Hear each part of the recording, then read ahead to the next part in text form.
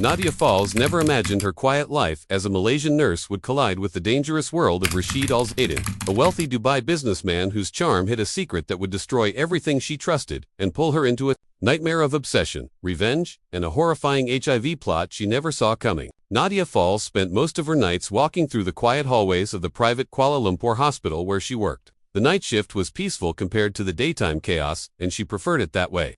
She liked routines, soft lights, and the silence that helped her stay focused. Most patients stayed only a few days, but one man remained for weeks. His name was Rashid Al-Zaydan, a wealthy businessman from Dubai. From the moment he arrived, the hospital staff treated him like someone important, someone untouchable. His room was isolated at the end of the VIP wing, and a security guard stayed outside almost every hour. Nadia didn't think much of him at first. She only noticed the extra paperwork, restricted access screens, and the occasional presence of high-profile visitors. But one night, she was assigned as his primary nurse. Several nurses had requested transfers, but no one openly explained why. Some whispered about his temper, some about his unpredictable moods, and others simply avoided discussing him at all. Nadia.com and Professional accepted the assignment without hesitation. Over the next few days, Rashid observed her closely. Nadia worked with steady movements and a gentle tone, the same she used with every patient. But Rashid seemed to react differently to her. He watched her as she adjusted his foreline or checked his medication chart. He made special requests only when she was on duty, and the staff noticed. Nadia tried to ignore the growing attention, but she couldn't deny that his presence added tension to her night's dot. Despite that, Rashid also carried a strange quietness around him. When Nadia entered his room, he looked less like a powerful businessman and more like someone running from something. His eyes seemed tired. His health condition remained confidential, locked behind digital passwords only senior staff could access. Nadia never asked questions. She followed her professional boundaries. But even without asking, she could sense that Rashid wasn't there for a simple illness. Days turned into weeks. Nadia's routine began to shift without her noticing. Rashid insisted on giving her small gifts as appreciation: expensive chocolates, perfume, even a designer scarf. At first, she refused. Later, she accepted one or two, thinking it harmless, thinking it was just gratitude. But those gifts blurred the lines between patient and nurse. Rashid started requesting her presence even when she wasn't assigned to him. He demanded her attention during late nights, often claiming he felt unwell whenever she tried to leave. Nadia tried to keep things professional, but Rashid had a way of drawing her into conversations about his life. He spoke about his company in Dubai, about the pressure he faced, about the loneliness that came with wealth. Nadia listened, not realizing she was stepping deeper into his world. Her co-workers noticed the change. Serena Daxwell, her closest friend, quietly warned her to be careful, but Nadia brushed it off. She believed she could handle it. Meanwhile, behind locked office doors, Dr. Iqbal Rehman faced growing frustration. Rashid's confidential file contained a medical truth that he believes should not be hidden, but Rashid's legal team threatened lawsuits, insisting the information remain private. The hospital board wanted no trouble from such an influential figure, so they obeyed. As Nadia grew closer to Rashid, the doctor watched silently, fearing the moment when she would discover something she was never meant to see. Nadia's nights with Rashid became routine, almost comforting. She didn't realize that her life, previously simple and controlled, was now tied to a man whose secrets stretched far beyond the walls of the hospital. Rashid's charm was not natural, it was deliberate. He had chosen her out of convenience, vulnerability, and access. And without knowing it, Nadia was walking straight into a relationship built on hidden danger, long-buried lies, and a truth that would soon destroy everything she believed. Nadia's life began shifting in ways she didn't fully understand. What started as a simple work routine slowly turned into something else when Rashid became a constant part of her days. He was discharged from the hospital earlier than expected, but even after leaving, he kept Nadia close by. He rented a private condominium in the center of Kuala Lumpur and insisted that she spend time there. It began innocently with short visits after her shifts, but soon her belongings started appearing in drawers and closets, placed there by Rashid without her noticing until she opened them. He said it made the place feel warmer, but Nadia felt something else, something she quietly pushed aside. Her friend Serena Daxwell noticed the changes first. Nadia became distant at work, often arriving tired, unfocused, and preoccupied. She avoided casual conversations and always stepped away to answer her phone. The other nurses whispered about her involvement with the wealthy ex-patient, but Serena watched with growing concern. She had seen too many nurses get emotionally tangled with patients who knew how to manipulate. Serena tried to question Nadia, gently, but Nadia avoided every attempt, believing Serena was overreacting. Nadia told herself that she had found someone who cared for her. Rashid showered her with gifts, luxury handbags, jewelry, and expensive perfumes. He promised trips and vacations she had never imagined. Nadia felt appreciated for the first time in years. Growing up with financial struggles, she had never experienced anything close to the lifestyle Rashid was offering. But behind every gift, there was a feeling she couldn't explain, like a string quietly being tied around her life, one piece at a time. Meanwhile, inside the hospital, tension built around a secret that few knew but none could share openly. Dr. Iqbal Rehman carried most of the burden. As Rashid's former treating physician, he knew what was hidden inside the confidential file. He had tried several times to raise concerns with the board, arguing that Rashid's medical history carried risks for others, but Rashid's legal team responded aggressively each time. They threatened legal action, accused the hospital of breaching confidentiality, and reminded the board of Rashid's influence and wealth. The hospital feared losing funding and reputation, so they kept quiet. And without knowing it, Nadia was getting closer and closer to a truth that could shatter her life. One evening, Nadia arrived at the condominium earlier than usual. Rashid wasn't home yet, so she wandered through the rooms aimlessly. She tried to convince herself that this new life was a blessing, not a complication. She walked into his study, a room she rarely entered. Papers were scattered on the desk. Among them was a medical envelope from Rashid's stay at the hospital. Nadia picked it up out of habit, expecting it to be something routine, maybe travel vaccinations or test results from his treatment. Instead, her heartbeat slowed when she saw the words printed on the report. She froze. Her name wasn't on it, but the diagnosis belonged to Rashid. It was dated months before they had ever met. The words revealed a truth he had never mentioned, one that changed everything she believed about him. Confusion struck first, then fear, then disbelief.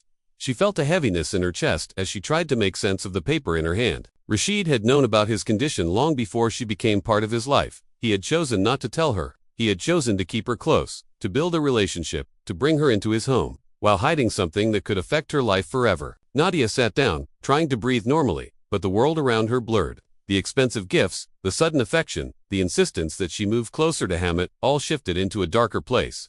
She realized she might not have been chosen out of love, but out of convenience and control. Rashid had never given her the truth, only pieces of a story that made him look wounded and lonely. Serena, following her instincts, visited Nadia that same night. She found her pale, shaken, and unable to speak clearly.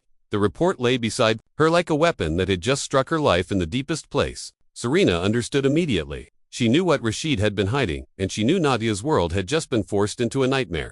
Nadia tried to return her life to normal after discovering the truth in Rashid's medical report. But nothing felt normal anymore. Every part of her day was filled with fear, confusion, and a silent panic that sat heavily in her chest. She moved back to her small apartment, avoided the condominium entirely, and blocked Rashid's number. For a brief moment, she believed distance would keep her safe. But Rashid was not someone who accepted being pushed away. At first, he sent messages that sounded apologetic. Then his tone shifted, becoming sharper. He demanded explanations and insisted that she owed him loyalty after everything he had done for her. The messages multiplied, filling her phone at all hours. Nadia ignored every one, but the silence only fueled Rashid's anger. The longer she stayed away, the more unhinged he seemed to become. Nadia felt watched everywhere she went. At work, she kept noticing a man sitting in the hospital lobby, pretending to read a newspaper but glancing up whenever she passed. On her way home, she sensed a car following her at a slow distance. When she stopped to look, it sped off. Some days she woke up to find footprints near her apartment door, even though she lived on a quiet floor with little foot traffic. Small things began disappearing from her home, nothing valuable, just personal items that only someone close to her would know existed. A hairbrush, a keychain, a pair of earrings. She tried to convince herself she misplaced them, but the fear grew stronger. Serena pushed her to report everything, but Nadia hesitated. She knew Rashid had influence, money, and connections she couldn't begin to imagine. She feared no one would believe her. She also feared that confronting him would make things worse. But the more she tried to stay silent, the more she felt suffocated. Her heart raced whenever her phone vibrated. She double-checked her locks 3 times before sleeping. Her job, which once gave her stability, now felt like a thin line separating her from chaos. One evening, Nadia reached a breaking point when she returned from her shift and found a small gift box sitting on her doorstep. Inside was a necklace Rashid had once given her, the one she believed she had left behind in his condominium. Seeing it there made her entire body go cold. He had entered her home. He had touched her belongings. He was letting her know he could reach her anytime he wanted. The next morning, with trembling hands, Nadia went to the police. Inspector Raylan Cross listened closely as she explained everything from the hidden medical report to the threats, the stalking, the intrusions. Unlike others, Raylan did not dismiss her fears. He opened a case immediately and began investigating Rashid's background. What he found shocked even him. Rashid had a long history of complicated relationships in several countries. Women had tried to expose him in the past, but none succeeded. Some disappeared from social circles after large payments. Others suddenly left their jobs or changed addresses. A few moved to different countries altogether. Though no official charges existed, every story followed the same pattern: charm, manipulation, control, and psychological torment once the women tried to leave. Inspector Raylan realized Nadia was not the first, but she might be the first willing to stand against Rashid with evidence. He encouraged her to keep records of every message, every incident, every suspicious movement. He requested increased patrols near her building and arranged for digital monitoring on Rashid's known contacts in Malaysia. Through all of this, Rashid's behavior grew more erratic. He sent messages claiming she had ruined his life. Then, within hours, he sent more, insisting they could fix everything if she returned. Nadia deleted them but saved screenshots for the investigation. She stopped going out unless necessary. Her world shrank to her apartment, the hospital, and Serena's comforting presence. What Nadia didn't know was that Rashid had already crossed a boundary far darker than threats or stalking. He had begun planning a way to destroy her completely, not physically, but in a way that would follow her forever. He believed she had betrayed him, embarrassed him, rejected him after everything he had offered. And in his twisted mind, betrayal required revenge. Rain fell steadily the night everything in Nadia's life finally snapped. She walked up the stairs to her apartment, exhausted from a long shift, hoping only for silence and rest. But when she reached her door, she felt something was off. The metal lock looked slightly turned, not in the exact position she always left it. Her stomach tightened as she pushed the door open. The lights were off, the living room untouched, her shoes still neatly lined by the wall. At first glance, nothing seemed disturbed, but a faint smell of cologne she didn't own drifted through the air, making her skin crawl. She walked slowly toward her bedroom, her heartbeat thumping heavy. The moment she stepped inside, she froze. Her drawers were partly open, clothes shifted, and her bedside table pulled an inch away from the wall, as if someone had tried to move it quietly. But something else stopped her breath completely. A white envelope lay neatly in the center of her pillow. Her name was printed on the front in handwriting she recognized. Her fingers shook as she opened it. Inside was a hospital lab report with her details. The result line showed a positive HIV status. For a moment, her mind went blank. Her legs felt weak. She stared at the report, unable to breathe, unable to think. She tried to understand how this was possible. She hadn't submitted any new tests. No one had drawn blood recently. The realization hit her hard. Someone had created this report. Someone wanted her to believe she had been infected. Someone wanted to destroy her psychologically. Her fear turned into a tight pressure in her chest as she glanced around the room again. Someone had been inside her private space, going through her belongings. Placing a fake medical document meant to break her from the inside. She stepped back, feeling the walls close in. She grabbed her phone and called Serena, barely able to stand. Within minutes, Serena arrived and found Nadia sitting on the bedroom floor, shaken and unable to speak clearly. The next morning, Nadia went straight to the hospital with Serena by her side. Dr. Iqbal listened carefully and checked the hospital system for any attempted file changes. He found something alarming. Someone had tried to log into Nadia's medical profile the previous night. The attempt had come from a remote access point, one linked to an account associated with Rashid's known associate. The attempt had failed because of extra verification steps, but the intention was clear. Someone had tried to alter her medical history.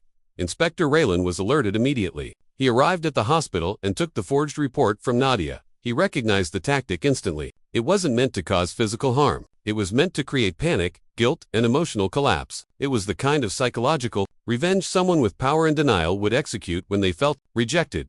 But the biggest shock came later that afternoon when Serena returned to Nadia's apartment to pack a few things for her. As she reached for the smoke detector to check the batteries, she felt a small weight behind the plastic cover. She opened it and found a hidden camera tucked inside, carefully placed, angled directly at the bedroom. Serena's hands trembled as she realized the enormity of what they were dealing with. Someone had been watching Nadia from inside her own home. Inspector Raylan ordered a forensic team, and more unsettling discoveries followed. Signs of forced entry were found near the back window frame. Footprints on the balcony matched shoes Rashid was known to own. Fingerprints on Nadia's drawers matched one of Rashid's staff members. And the footage in the camera's memory card showed a masked figure entering Nadia's room, touching her belongings, and placing the envelope on her pillow. The body structure, height, and movements resembled Rashid himself. The evidence was now no longer just suspicion or fear. It was clear, undeniable proof that Rashid had crossed into criminal territory. He wasn't only stalking Nadia, he was orchestrating a breakdown of her life, piece by piece, with careful planning and a cold, calculated mindset.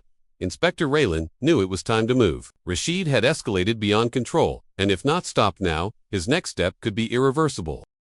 Rashid disappeared the moment the investigation intensified. Inspector Raylan issued a warrant, but Rashid's wealth bought him distance. His penthouse was empty. His cars were moved, and his staff suddenly refused to cooperate. It felt as if he had predicted every step the police would take. Nadia watched updates nervously from Serena's apartment, where she now stayed under police protection. Even with officers nearby, she felt unsafe. Rashid had already proven he could walk into her home without hesitation. She knew he wouldn't stop unless he felt he had regained control. The investigation team tracked the hidden camera footage, the fake medical report, and the attempted access into the hospital system. Everything pointed directly toward Rashid. But the legal process moved slower than the fear running through Nadia's mind. Each hour felt like a reminder that Rashid was still out there, somewhere close enough to act again. She could barely sleep, her mind replaying the thought of him standing in her room, touching her things, watching her through the hidden camera. She felt violated in a way she couldn't express. One night, Inspector Raylan received information from airport security. Rashid had attempted to book a private flight under a different name,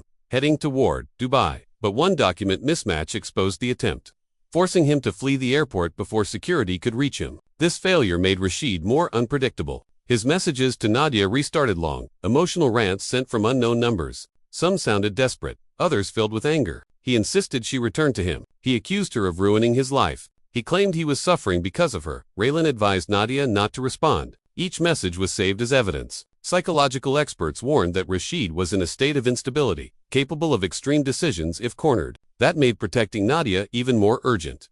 Meanwhile, Rashid's legal team began interfering, insisting he was being hunted unfairly. They claimed the evidence was fabricated, calling the investigation a conspiracy. Their statements filled social media pages, trying to paint Rashid as a victim. But Raylan remained focused. Behind the scenes, he worked day and night to uncover Rashid's hidden contacts. One breakthrough came from an unexpected source, a driver from Rashid's company who anonymously contacted the police. He revealed that Rashid owned a secret rental house outside Kuala Lumpur, used for private meetings and personal retreats. He also gave the exact location. A team was sent immediately. When they arrived, they found the house locked from the inside. After breaking in, they discovered signs of recent stay, half-used toiletries, receipts, a phone charger, and a suitcase opened on the floor. But Rashid was gone again. Raylan searched the house intensively and found something chilling: a folder filled with surveillance notes, photos of Nadia's movements, and maps of routes she took to work. Rashid had been planning everything long before Nadia even knew she was in danger. Hours later, police surveillance around Serena's apartment caught a suspicious vehicle parked a short distance away. When officers approached, the driver fled.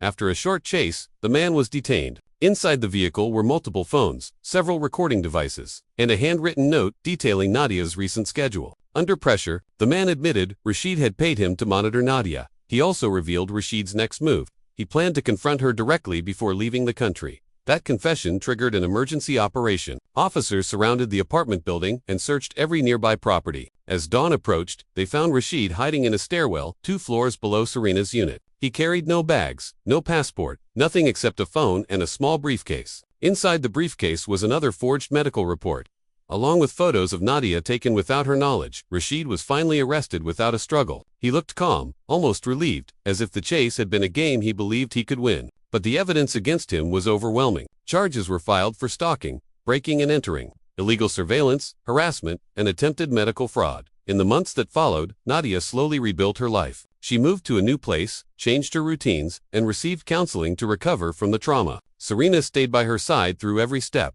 Inspector Raylan kept her updated as the case proceeded in court. The judge rejected Rashid's attempts to manipulate the narrative. His wealth no longer protected him. Nadia eventually returned to work. She walked through the hospital hallways stronger than before, aware of the darkness she had survived. Rashid's actions had once consumed her world, but now they served only as a reminder of her resilience.